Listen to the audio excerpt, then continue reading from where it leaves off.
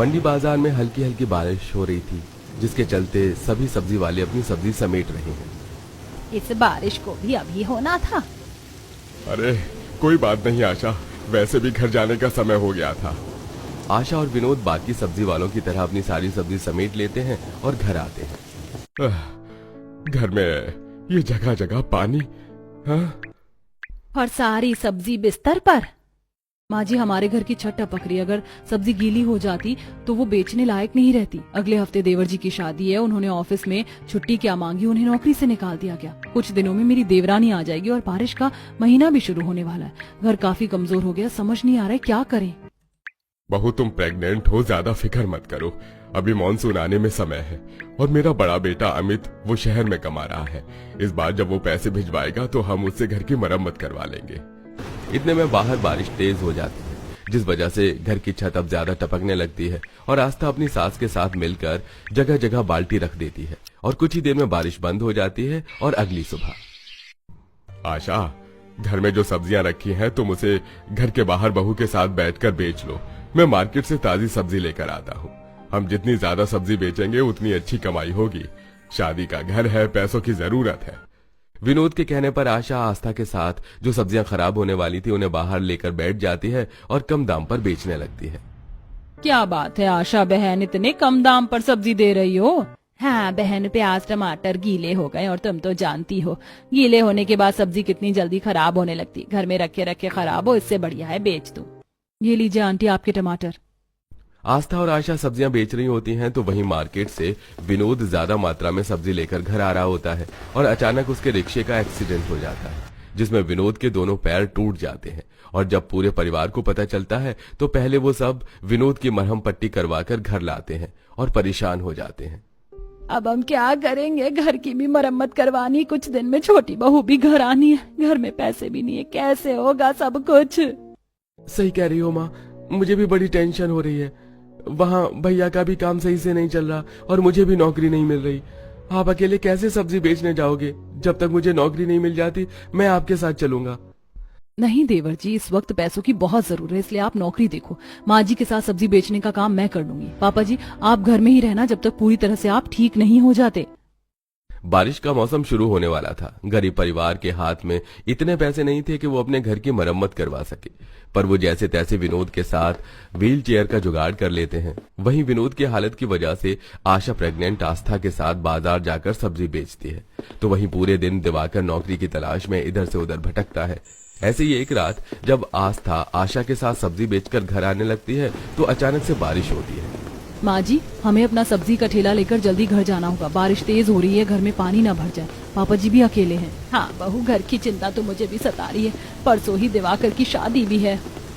जल्दी से आशा और आस्था घर जाते हैं और दोनों सास बहू सबसे पहले अपनी सब्जियों को बिस्तर पर रखती हैं और जहाँ से छत टपक रही होती है वहाँ बाल्टी लगा देती है। समय ऐसे ही गुजरता है और बहुत जल्द दिवाकर की शादी हो जाती है, साथ ही उसे मजदूरी का काम भी मिलता है। माँ, कहीं नौकरी नहीं मिल रही थी, इसलिए जब बड़ी मुश्किल से फैक्ट्री में मजदूरी का काम मिला तो मैंने इस काम के लिए हाँ कर दी। बेटा जब तक तेरे पापा ठीक नहीं हो जाते तुझे जो काम मिलता है कर। तेरे पापा का इलाज, घर की मरम्मत, बहुत कुछ सर पर है। इतना बोलकर पूरा परिवार खाना खाने के लिए बैठ जाता है और एक बार फिर तेज आंधी तूफान चलती है और तेज बारिश होने लगती है, जिस वजह से न सिर्फ अब छत से बल्कि खिड़की भी टूट जाती है और वहां से भी बारिश का पानी आने लगता है। माँ जी घर की हालत तो बिगड़ती जा रही है, हमें कुछ कर्ज लेकर घर ठीक करवा लेना चाहिए।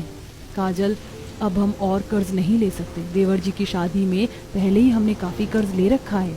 देखिए घर में पानी आ रहा है, हम इस गीले में बैठकर कैसे खाना खाएंगे? मेरा मायका भी गरीब था पर हमारे घर के हालात इतने बुरे नहीं थे। ससुराल में आते ही काजल को बारिश और परेशानियों का सामना करना पड़ता है, जिस वजह से वो दुखी हो जाती है।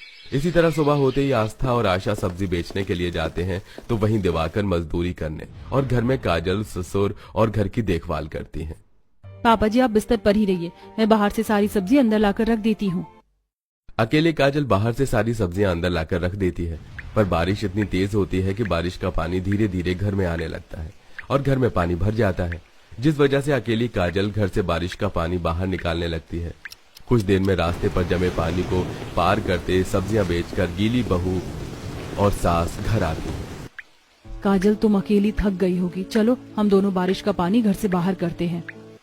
इतना बोल आस्था काजल के साथ घर का पानी निकालने लगती है और तभी तेज आंधी तूफान के साथ बिजली कड़कती है, जिसमें आस्था का घर हिलने लगता है और पूरा परिवार अपनी जान बचाने के लिए कुछ सामान लेकर घर से बाहर आता है और उनकी नजरों के सामने उनका घर टूट जाता है। अब हम लोग क्या करेंगे, कहाँ जाएंगे? आशा बहन, बाहर बहुत तेज बारिश हो रही है, हमारे घर में बारिश का पानी नहीं आता, ऊंचा घर है ना हमारा, जब तक बारिश नहीं रुक जाती तुम हमारे घर में आ जाओ। आशा की पड़ोसन एक रात आशा की मदद करती है और उन्हें एक कमरा दे देती है और अगली सुबह उनसे कहती है, तुम्हारे घर में नई बहू आई और बेचारी जब से आई है परेशान हो रही, बस इसीलिए रात में हमने तुम्हें सहारा दिया, पर हम तुम्हें सारी जिंदगी तो अपने पास नहीं रख सकते ना, इसीलिए जितनी जल्दी हो सके आज के दिन में तुम एक घर देख लो किराए पर। हाँ आंटी, आप बस हमें आज और सहारा दे दीजिए, मैं किराए पर मकान देख कर आता हूँ। दिवाकर उस दिन मजदूरी करने न जाकर आसपास के इलाकों में जाता है और उसे कहीं घर नहीं मिलता, तो वहीं आस्था और आशा भी गीली गीली सब्जी बेच रही होती हैं। नहीं भाई, बारिश में सब्जी बहुत महंगी और तुम्हारी सब्जियां तो गली हुई हैं।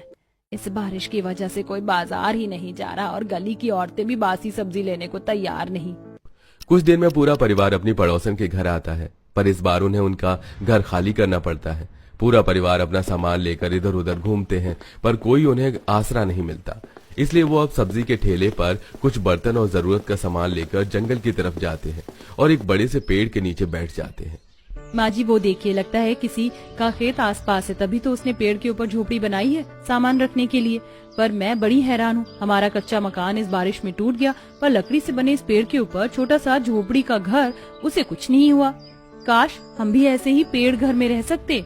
अरे काजल बहू, काश क्या हम भी ऐसे घर में रह सकते। तुमने तो एक बहुत अच्छा आइडिया दिया है मुझे। जब तक हमारा घर नहीं बन जाता या हमें किराए पर घर नहीं मिल जाता, क्यों ना हम इसी जंगल में पेड़ घर बनाकर रहें। वैसे भी इस जंगल में कोई नहीं आता। हाँ माँ जी, आप बिल्कुल सही कह रहे हैं। बारिश का मौसम शुरू हो चुका है, किसी भी वक्त बारिश हो सकती है। अब बारिश में पेड़ के नीचे तो जिंदगी नहीं काट सकते, इसीलिए अभी से ही काम पर लग जाते हैं। पूरा परिवार रात भर न सोकर गांव से कुछ आरी, कील और जरूरत का सामान मांग कर लाते हैं और जंगल की कुछ लकड़ियां गाड़ते हैं। तो वहीं काजल प्रेग्नेंट आस्था के साथ मिलकर एक मोटे से पेड़ की कटाई करती है। बहू, जीना बनाने की जिम्मेदारी मुझ पर छोड़ दो। हम अगर पेड़ के ऊपर घर बनाएंगे तो हमें एक सीढ़ी की जरूरत पड़ेगी। मैं बैठा बैठा कटी हुई लकड़ियों को जोड़कर सीढ़ियां बना देता हूँ। माँ जी, पैसों की तो अब भी जरूरत है। हम दोनों सास बहू ये कुछ सब्जी बेचने चलते हैं। काजल, तुम देवर जी और पापा जी के साथ पेड़ घर की आगे की तैयारी करो। आस्था और आशा बाजार सब्जी बेचने जाती हैं, तो वहीं काजल बाकी का काम संभालती है। ससुर लकड़ियों को जोड़कर सीढ़ियां बनाता है, वहीं दिवाकर पेड़ के ऊपर चढ़कर लकड़ियों को कील ठोक कर जोड़कर घर बनाता है। तो वहीं शाम को आकर आशा और आस्था भी लकड़ियां काटने का काम करती है और जब इस बीच बारिश होती है तो वो लोग एक टेंट को बांधकर उसके नीचे बैठ जाते हैं। इसी तरह एक हफ्ता बीत जाता है और पूरा परिवार मिलकर पेड़ के ऊपर एक छोटा सा घर बनाते हैं और एक नीचे की तरफ भी झोपड़ी बनाते हैं लकड़ी की विनोद के लिए।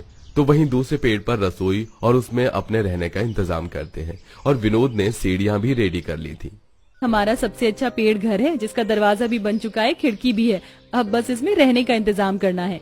दिवाकर, ये पकड़ कुछ पैसे और कल ही तू बाजार से जाकर जरूरत का सामान लेकर आ जाना। और मैंने लकड़ियों की सीढ़ियां बना दी है। पेड़ के ऊपर जो घर बनाया है उस तक पहुंचाने के लिए वो काम आएगी। पहले तो वो लगा दे। विनोद के कहने पर दिवाकर जाता है और बनाई हुई सीढ़ियां लगा देता है, जिसके बाद पेड़ के ऊपर वाले घर में काजल और दिवाकर रहते हैं। तो वहीं पेड़ के नीचे वाले घर में आस्था अपनी सास ससुर के साथ रहती है। फिर दिवाकर जाकर जरूरत का सामान ले आता है और फिर सब नीचे वाले पेड़ घर में आते हैं और बारिश होती है। माँ जी, बारिश से परेशान हम लोग भटक रहे थे। आज अपने पेड़ घर में इस बारिश को देख कितना अच्छा लग रहा है। मुझे तो अपना पेड़ घर बहुत पसंद आया। हमारे पास खुद की जमीन है। हम अपनी जमीन छोड़कर सारी जिंदगी इस पेड़ घर में नहीं रह सकते। बस एक बार मेरा बड़ा बेटा आ जाए तो मैं गांव में अपना घर बनाना शुरू करूं। विनोद की बातें सुन काजल और आस्था अपने पेड़ रसोई में जाती है और खाना बनाती है। रसोई की खिड़की के पास एक घोंसला था जिसमें चिड़िया और उनके बच्चे थे, जिन्हें वो थोड़ी सी रोटी दे देती है। वहीं कुछ देर में पूरा परिवार एक साथ खाना खाता है। फिर से बारिश होने लगी। अब तो हमारे पास हमारा पेड़ घर है। चलो हम सब अपने घर में जाकर सो जाते हैं। काजल और दिवाकर सीढ़ियां चढ़कर ऊपर अपने पेड़ घर में जाते हैं, जहां वो बिस्तर पर लेटे हुए बातें करते हैं। ये पेड़ घर कितना अच्छा है ना, कितना ठंडा लग रहा है, कितनी अच्छी खुशबू आ रही है। हाँ काजल, सच में ये घर बहुत अच्छा है। तुमने सोच और माँ ने इसे पूरा कर लिया। माँ जी पापा जी सो गए हैं, अब आप भी सो जाइए। वैसे सब्जियां खत्म हो गई हैं, मंडी से कल सब्जी लेकर आनी होगी, हमें जल्दी उठना है। रहने दे बहू, मैं चली जाऊंगी कल, तू आराम कर, प्रेग्नेंट है, कल भी बारिश होगी तो परेशान होगी, तू भी सो जा अब। इस तरह गरीब ससुराल पेड़ घर में अपना गुजारा करता है। वहीं दोनों सास बहू सब्जियां बेचने बाजार जाती हैं और दिवाकर भी काम करता है। कुछ ही दिनों में अमित घर आ जाता है और वो लोग अपना पक्का घर बनवाते हैं और कुछ महीनों में घर बनने के बाद वो लोग अपना पेड़ घर खाली करके अपने घर चले जाते हैं।